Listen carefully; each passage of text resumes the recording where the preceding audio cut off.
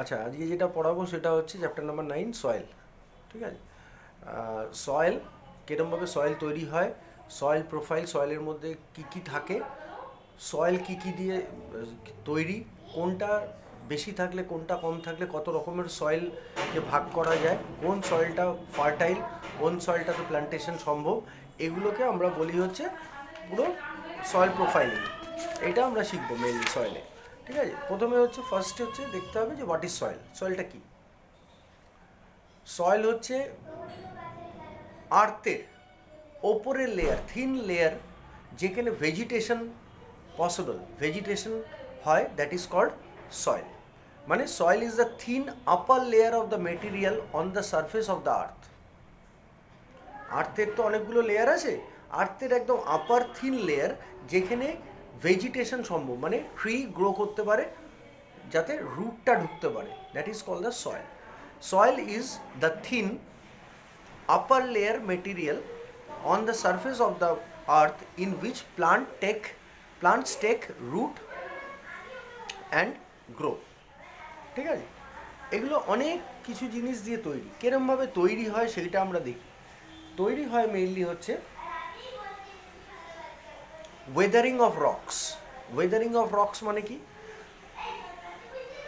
একটা রক ভেঙে ভেঙে ভেঙে ভেঙে ভেঙে ভেঙে ছোটো হতে হতে হতে হতে আলটিমেটলি একটা পার্টিকেল যখন হয়, তখন সেটা স্যান্ড হতে পারে, ক্লে হতে পারে, সেটাকে আমরা বলি হচ্ছে soil. Soil is formed when rock breaks into smaller pieces due to weathering. Weathering হচ্ছে বিভিন্ন কারণে রক ব্রেকস ডাউন, এই প্রসেসটাকে বলা হয় হচ্ছে ওয়েদারিং। প্রথমে আসে হচ্ছে ফিজিক্যাল ওয়েদারিং। ফিজিক্যাল ওয়েদারিংয়ের মধ্যে কী কী পড়ে? একটা পড়ে ওয়াটার, একটা পড়ে উইন্ড, আর একটা টেম্পারেচার চেঞ্জেস। ওয়াটার কি দেখবে, কোনো সময় কি হয়, যখন when water flows very fast, what happens, তখন একটা রক আরেকটা রকের সাথে লাগতে লাগতে লাগতে লাগতে এরকমভাবে ঘষতে ঘষতে ঘষতে ঘষতে আলটিমেটলি সেটা ব্রেক ডাউন। একটা বড় রক ধাক্কা খেলো, জোরে ভেঙে গেল, তারপর সেটা আবার ধাক্কা লাগলো, আরও ছোটো ভাঙলো, এরকম করতে করতে করতে করতে this is called the physical weathering due to water. কি বলেছে?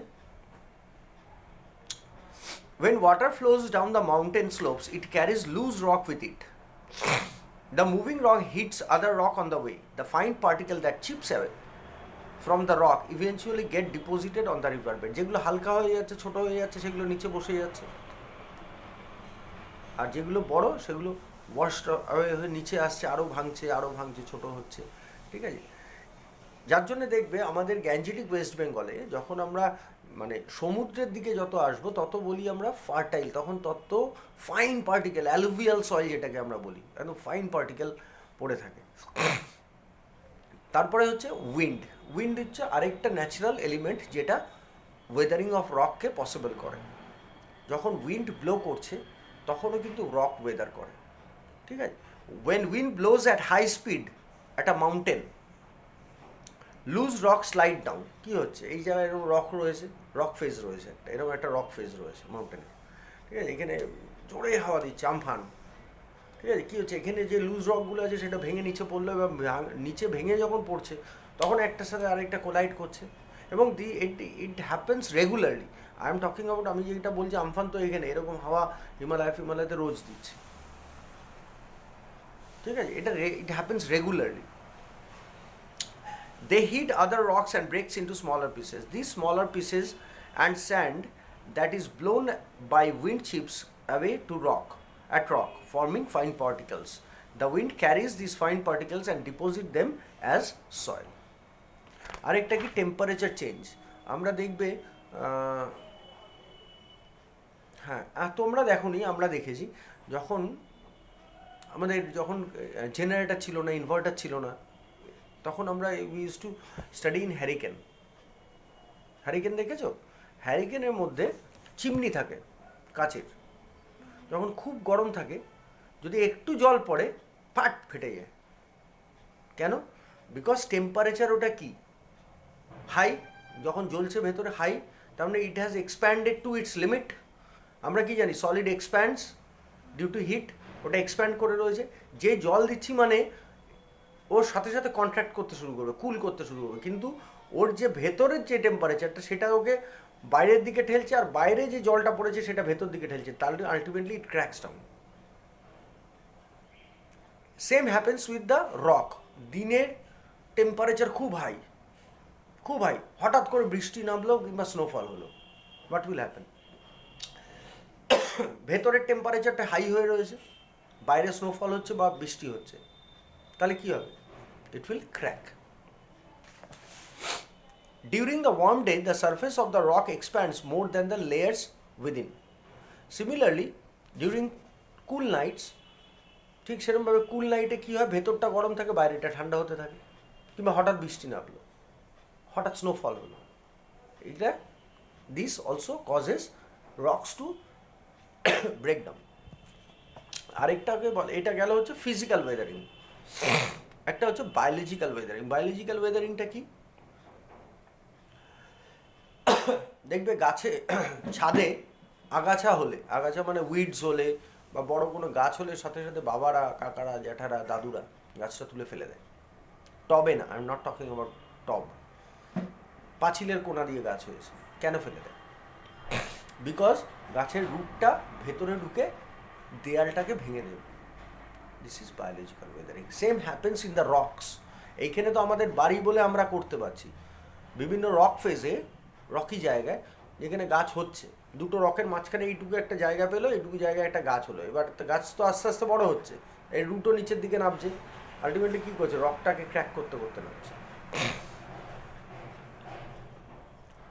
এটাকে বলে বায়োলজিক্যাল ওয়েদারিং। আর এছাড়াও আরও রয়েছে কিছু অ্যানিমেলস আছে যারা রকের মধ্যে গর্ত করে নিজেদের বাসা বানায়, বারোয়িং অ্যানিমেলস, এরাও কিন্তু একটা কারণ অফ বায়োলজিক্যাল ওয়েদারিং।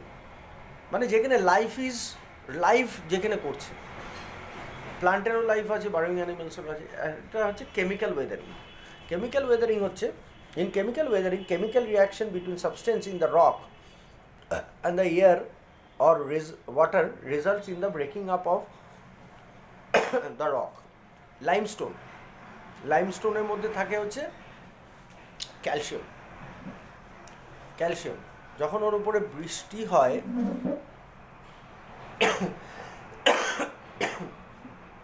তখন ওর মধ্যে রিয়াকশন হয়ে ওর মধ্যে ফাটল দেখা দেয়। এখানে এক্সাম্পল দেয়নি, তবু এখানে in chemical Wuthering, chemical reaction between substance in the rock and the air or water results in breaking of the rocks. The substance that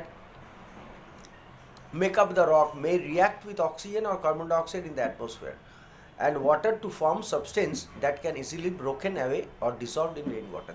যে কারণে তোমাদের মনে আছে কিনা জানি না, 5-7 বছর আগে একটা সুপ্রিম কোর্ট অর্ডার দিয়েছিল তাজমহলের আশেপাশে কোনো জায়গায় রান্না করা যাবে না, কোনো হোটেলে রান্না করা যাবে না, ডিউ টু একটাই রিজন, ওরা যে গ্যাসটা এমিট করছিল, as because Taj Mahal is made up off white marble, marble মানেই ক্যালসিয়াম কার্বনেট আছে, ক্যালসিয়াম আছে মার্বেল যেহেতু, সেই জন্যে ওইখানে রিয়াকশন হয়ে ওটা লাল হয়ে যাচ্ছিল, ওটাকে আবার নতুন করে সাদা করা হয়েছে কেমিক্যাল ট্রিটমেন্ট করে। কেননা বলছে কিছু রকস আছে, যা রকসটাও তো একটা জিনিস দিয়ে তৈরি, তার মধ্যে কেমিক্যাল কনস্টিটিউয়েন্ট এমন রয়েছে যে এয়ারের ওয়াটার ইভেন হিটটা পাচ্ছে সানের থেকে নিয়ে রিয়াকশন করে সেটা ভেঙে যেতে পারে, রাইট? এবার আমরা দেখব যে একটা সয়েল আরেকটা সয়েলের থেকে ডিফারেন্ট কীরকম হবে। এবার ধরো রং করেছো, ওয়াটার কালার করেছো সবাই, সাদার সাথে লাল মেশালে কি হবে? পিঙ্ক হবে। এবার সাদাটা যদি খুব বেশি দিই তাহলে কি হবে? লাইট পিঙ্ক হবে। আর লালটা যদি খুব বেশি দিই তাহলে ডিপ পিঙ্ক হবে। দুটো সমান সমান দিলে একটা মিডিয়াম পিঙ্ক আসবে। তার মানে পিঙ্কের অনেকগুলো শেড আসবে, লাইট পিঙ্ক থেকে ডার্ক পিঙ্কের মধ্যে অনেকগুলো শেড আছে। তাহলে ডিপেন্ড করছে কোনটা বেশি আছে, দুটো সমান হলে একরকম হবে, এটা বেশি থাকলে এটার ডিপেন্ড করছে প্রপোর্শনের ওপরে। সেরকম সয়েলের কনস্টিটিউয়েন্টের ওপরে ডিপেন্ড করবে, ওর ভেতরে কী কী আছে তার উপরে ডিপেন্ড করবে একটা সয়েলের texture. we find different soil kind of soils in different areas. যদি আমরা এখানে আমাদের বাড়ির সামনে গর্ত করলে যেরকম সয়েল পাবো, তুমি যদি এখান থেকে বেশি দূরে না, এখান থেকে ওয়েস্ট বেঙ্গলের মধ্যে পুরুলিয়ায় চলে যাও, দেখবে পুরুলিয়াকে বলে লাল মাটির দেশ, মাটি পুরো লাল। আবার তুমি যদি মহারাষ্ট্রের দিকে যাও, মাটি পুরো কালো। কেন difference? Because of the constituents, how it is made up of. The type of soil present in a place depends upon the parent rock from which the soil is formed. যেগুলো ভেঙে ওয়েদারিংয়ে ভেঙে ভেঙে যেটা দিয়ে সয়েলটা তৈরি হয়েছে তার উপর ডিপেন্ড করছে। এখন যদি আমি আখকে মেশিনে দিই তাহলে আখের রস বেরোবে, অ্যাপেলকে দিয়ে যদি তারপর আখের রস খেতে যাই, অ্যাপেল থেকে তো নিশ্চয়ই আখের রস বেরোবে না, বেরোবে বেরোবে না। ঠিক সিমিলারলি প্যারেন্ট রকটার উপরে ডিপেন্ড করবে তার লুকস, সে ডার্ক হবে না লাইট হবে না ক্লেই হবে না হালকা ব্রাউন হবে না রেড হবে, that depends upon the parent rock, যেখান থেকে ওই ওয়েদারিংয়ের মারফত সয়েলটা তৈরি হয়েছে। If the parent rock lacked a particular mineral, the soil that is formed from the rock will also contain that mineral, not contain that mineral. Moisture মানে main কথা হচ্ছে যেরকম প্যারেন্ট রক হবে সেরকম সয়েল। সারফেস আচ্ছা, এখানে একটা profile রয়েছে, এটা হচ্ছে সয়েল প্রোফাইল। এই সয়েল প্রোফাইলটা খুব important. This one is the soil profile, ঠিক আছে? এখানে ওপরের লেয়ারটা কি বলেছে? ফার্স্ট লেয়ারটা হচ্ছে ও হরাইজন, ফার্স্ট লেয়ারটা একদম ডিপ কালারের যেটা ওটাকে বলে ও হরাইজন।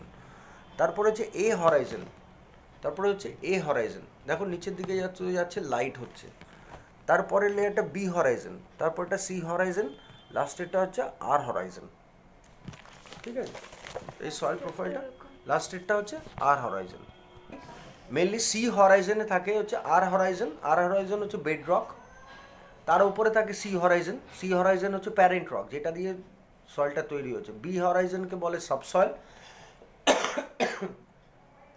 এ হরাইজন হচ্ছে টপ সয়েল, আর ও হরাইজনে থাকে একটা জিনিস দ্যাট ইজ হিউমাস।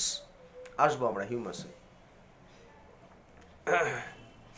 এবার সয়েল প্রোফাইল যেটা বললাম, প্রথমে এখানে শুরু করেছে হচ্ছে ও হরাইজন দিয়ে, ওপর থেকে শুরু করেছে। চলো ও হরাইজন দিয়ে আমরাও শুরু করি। ও হরাইজনকে বলে top most layer of the soil. এর মধ্যে মেইনলি রয়েছে প্লান্টস আর অ্যানিমালসের ডিকম্পোজড মেটেরিয়ালস, যার জন্য এটাকে বলা হয় হচ্ছে হিউমাস। গাছের থেকে পাতা পড়লো, পাতাটা কি হবে? পচবে। সেটা পচে কোথায় থাকবে? ওই টপ সয়েলে থাকবে, ও হরাইজনে। ওটাকে বলা হয় হচ্ছে হিউমাস। একটা বিড়াল মরে গেল, সেটা পচবে কোথায়? ওই টপ সয়েল। ওখানে সব decompose material of animals and plants থাকে, ওটাকে বলা হয় হচ্ছে O horizon or the humus. তারপরে আসবে হচ্ছে এ হরাইজন। এ হরাইজনকে বলি হচ্ছে top soil is uppermost layer of the soil nearest to the surface. It is a dark layer where the roots of the plants grows and other organisms live. ওইটার মধ্যে roots যায় আর অর্গানিজমও থাকে, বিভিন্ন bacterias and all, even earthworm, ওরা থাকে ও হরাইজনে। The top soil contains humus, যেটা আগে বললাম, the remains of dead and decaying organic matter which gives this layer its dark color. ঠিক আছে? Humus provides the organic nutrients necessary for the plants to grow. Humus কিন্তু প্লান্টকে যত সার দেয় এই হিউমাসই দেয়, ঠিক আছে? তারপর হচ্ছে বি হরাইজন। বি হরাইজনকে আমরা বলি subsoil, is the layer below the top soil.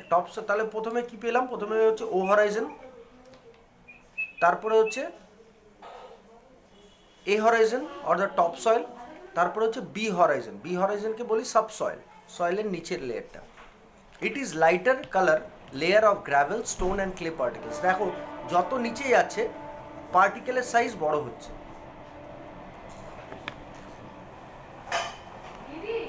তাহলে যেটা বললাম সেটা কি, যত আমরা নিচের দিকে যাচ্ছি, ও হরাইজন থেকে যত নিচের দিকে যাচ্ছি তত দেখো পার্টিকেল সাইজগুলো বড় হচ্ছে।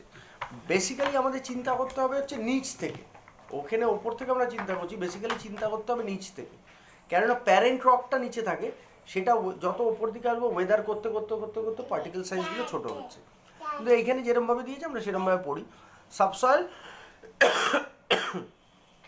is the layer below the topsoil. It is lighter colored layer of gravel, stone and clay particles.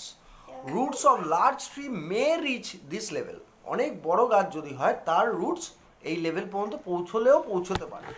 তারপরে হচ্ছে প্যারেন্ট ম্যাটেরিয়াল, এটা হচ্ছে C horizon, consists mostly of weathered rock fragment and is infertile. ঠিক আছে।